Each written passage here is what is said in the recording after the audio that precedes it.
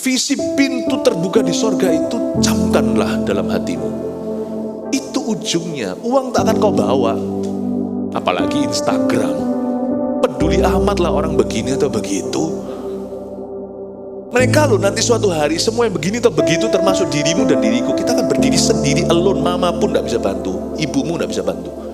Berdiri menjawab sang hakim yang adil. Accounting, akuntansi kita itu akan dibuka bukunya di hadapan Dia yang Maha Tahu. Semua perbuatan kita akan dilucuti. Setiap perkataan termasuk perkataan sia-sia. Bukankah Tuhan berkata, hambaku, Yohanes Pembaptis itu, tapi kita semua akan mempersiapkan jalan bagiku. Persiapkan jalan untuk Tuhan. Umat layak baginya. Sebuah pintu terbuka di sorga. Celaka kalau kita lihat pintu tertutup. Ngerinya seperti apa? Saya nggak mau mendapati diri saya dalam situasi seperti itu. Saya pernah dulu pergi ke Bali, teman saya beli kaos. Dulu lucu. Tapi setelah saya kenal Tuhan itu tidak lagi lucu. Kaos jogger itu loh, yang ada tulisan-tulisannya nyeleneh-nyeleneh. Memang kreatif sih, saya akui. Tulisnya kira-kira beginilah: muda, senang-senang, hidup foya-foya, yang penting kaya, terakhir masuk surga. Semacam itulah. Wah, luar biasa ya. Wah, ketawa saya sama teman-teman saya. Betul sekali sampai saya ketemu Tuhan. Jangan GR dulu. Lakukan itu, kok yakin masuk surga? Emangnya pintu itu kau pegang kuncinya kah?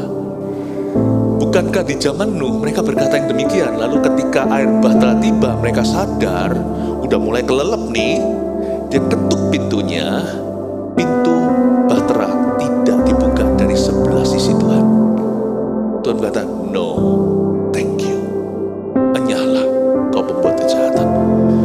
Pertobatan itu adalah saat Roh Kudus menjamahmu, pada saat Yesus mengetuk pintu hatimu. Pertobatan itu tidak up to you, kapan kau mau.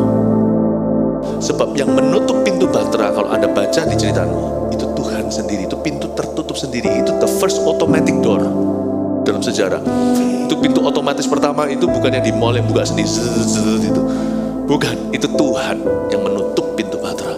Dan apa yang kututup, tak seorang pun bisa membukanya. Dan apa yang kubuka, tak seorang pun bisa menutupnya. Kalau memang orang itu harus bertobat, mau dilawan seluruh dunia, kalau dia pegang teguh pada Kristus, dia akan menang. Apa yang kubuka, tidak ada yang bisa menutupnya. Jangan kira pada saatnya tiba kita berkata, buka-buka, Tuhan akan membukanya. Tuhan hanya menyelamatkan Nabi Nuh dan istrinya. 3 orang anaknya, 3 orang menantunya masuk dalam bahtera. Cuman ber-8 aja. Saya ingin supaya Anda mengerti bahwa kasih karunia tidak di tanganmu, di tangannya. Kita hanyalah meresponinya. Visi pintu terbuka, pintu sorga yang terbuka harus menjadi alasan hidupmu. Tiap hari saya hidup untuk sorga. Percaya enggak? Bukan berarti ngawang pikirannya sorga lalu nggak kerja. Nggak kerja, nggak usah makan. Tiap hari saya hidup untuk sorga. Sekalipun saya bekerja, sekalipun saya menabung, anak saya sekolahkan, kita punya perencanaan. Meskipun saya tahu suatu saat kelak kalau Tuhan memanggil saya, akan ada 1 tahun dalam hidup saya suatu hari, entah kapan, di mana 1,5 tahun plan saya tidak akan kejadian. Karena kalau Tuhan panggil saya pulang. Tapi saya lebih baik pulang suatu hari kepada Tuhan dalam kondisi hidupku di bumi ini penuh dengan perencanaan yang baik, daripada orang yang gigit jari berkata kapan dan kapan. Tidak. Bapak Ibu Saudara, the day will come for all of us, untuk kita semuanya, bahwa kita akan meninggalkan semua yang kita miliki di dunia ini untuk bertemu dengan Tuhan Yesus. Baru hidup kita tiap hari bermakna dan berarti. Kalau kita bisa hidup begitu, baru hidup kita itu berarti. Amin Bapak Ibu Saudara. Karena saya punya taraf hidup itu begitu. Secara rohani maksudnya, taraf itu bukan ekonomi. Saya gak pernah akan hutang sama anak saya, sama keluarga saya. I love you, I'm sorry. Gak pernah.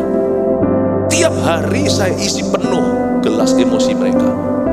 Sebab saya nggak tahu kapan saya tidur, saya nggak bangun lagi. Atau kapan saya bangun, nggak akan pernah tidur lagi. Saya bukan hidup itu terus antisipasi kematian, bukan. Tapi saya akan nikmati setiap detik kehidupan. Dan saya akan maksimalkan setiap kesempatan. Visi pintu sorga terbuka membuat saya jadi orang yang menghitung hari dan memperoleh hati yang bijaksana. Kamu dan Tuhan ajari, kamu harus hidup setiap hari seolah-olah hari itu adalah hari terakhir. 31 tahun dalam Tuhan saya hidup seperti ini. Tiap hari, tiap saat. Saya yang menempel dekat dadanya di perjamuan terakhir, namanya Yohanes. Bicara soal mengenali suara gurunya, sifunya, gak ada dari antara 12 yang lebih mengenalinya selain Yohanes.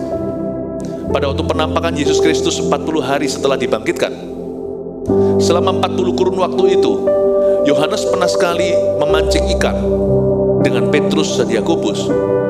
Lalu dia melihat dari jauh, ada seorang yang berbicara, "Adakah kamu menangkap ikan?" Yohanes yang pertama mengenali suara itu dan berkata, "Itu guru." Petrus langsung jebur ke dalam laut, berenang sampai daratan, meskipun mereka yang mendayung perahu sampainya bersamaan. Anda tahu cerita itu ya? Yohanes yang mengenali dulu.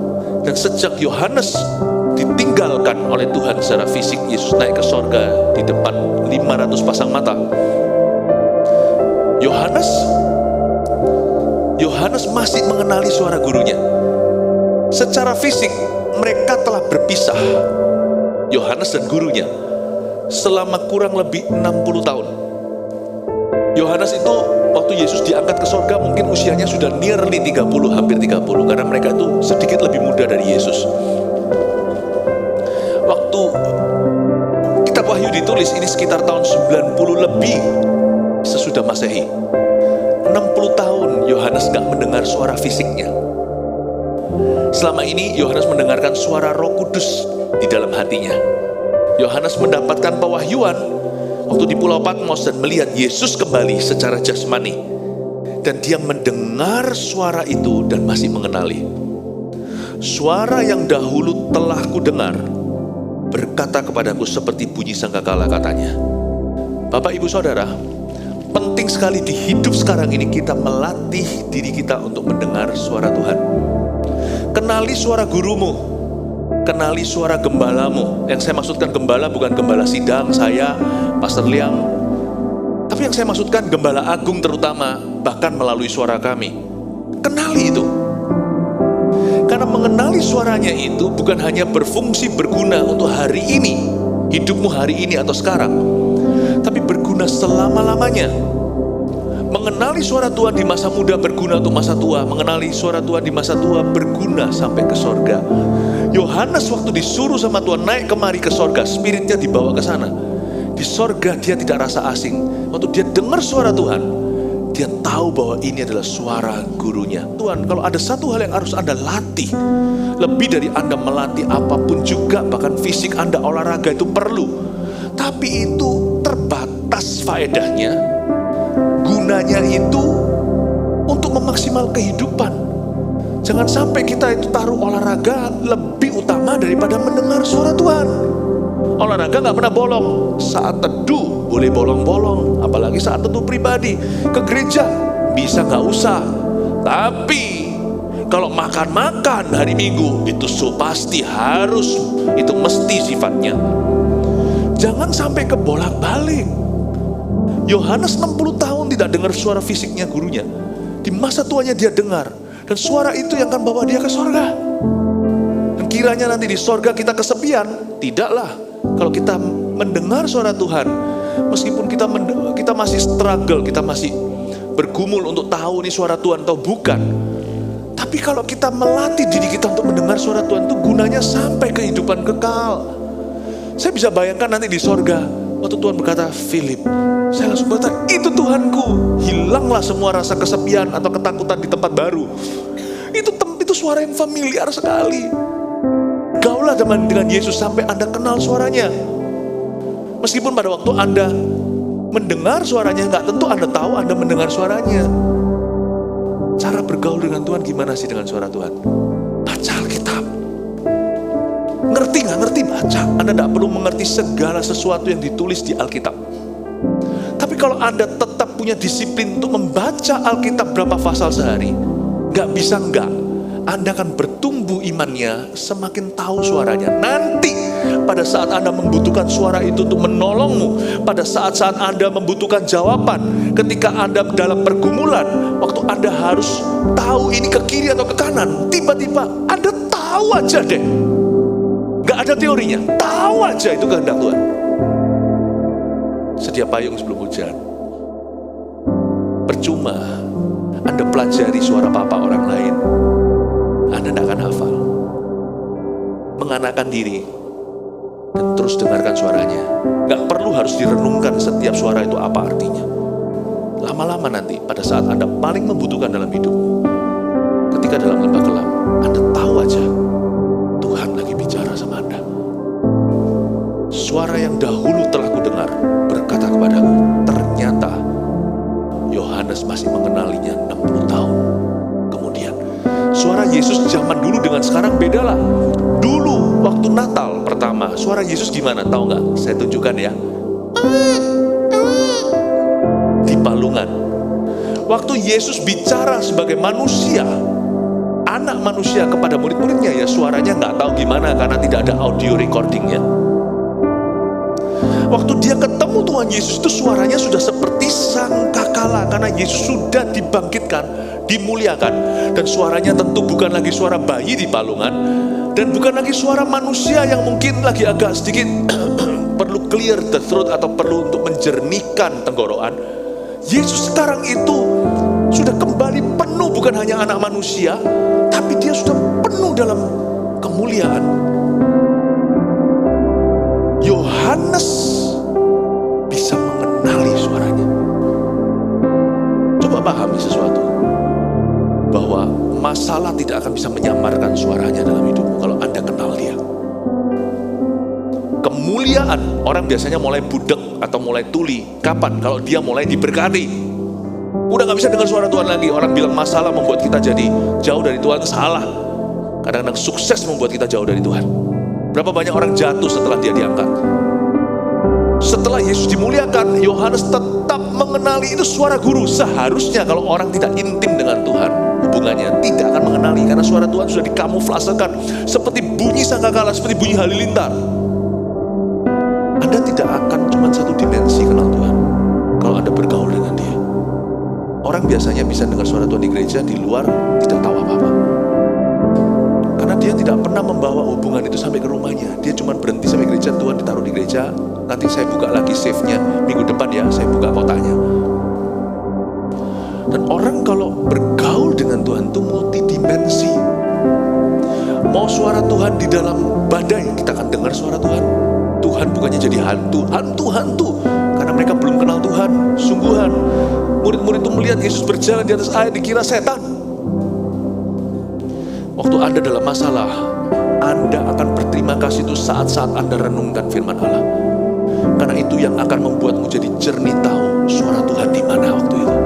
Waktu Anda diangkat sukses, Anda juga akan mendengar suara yang sama. Suara itu tidak bisa dikamuflase, tidak bisa disamarkan dengan halilintar, dan juga tidak bisa disamarkan dengan sangkakala. Di lembah pun penuh dengan Philip, tetap tahu itu suara Yesus memanggil aku.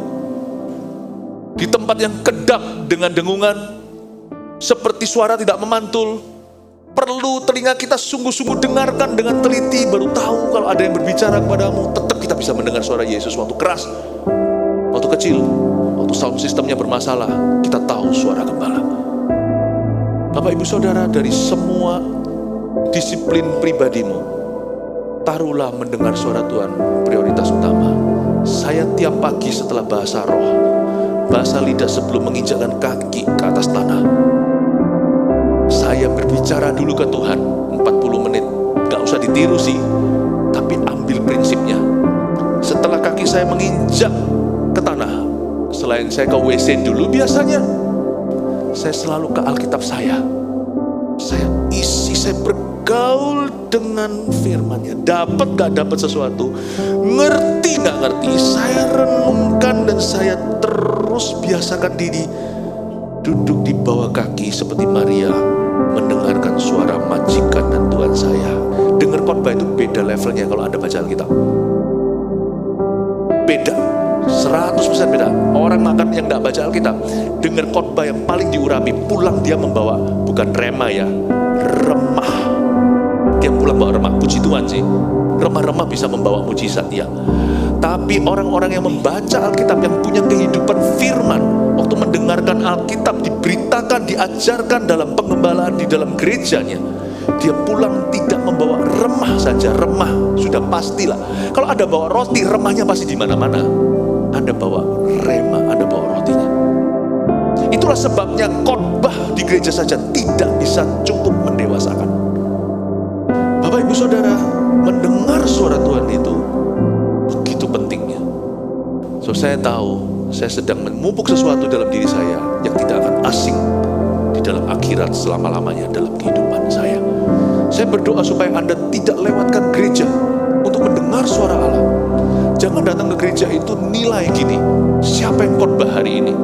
Doakan kami, para hamba-hamba Tuhan yang berjaga-jaga atas jiwamu.